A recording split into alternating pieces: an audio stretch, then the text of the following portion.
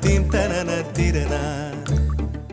நடந்தால் ஆறு எழுந்தால் அருவி நின்றால் கடலல்லோ, சமைந்தால் குமரி மணந்தால் மனைவி பெற்றால் தாயல்லோ. சிறு நதிகளே நதியிடும் கரைகளே கரை தொடும் நுரைகளே நுரைகளில் இவள் முகமே.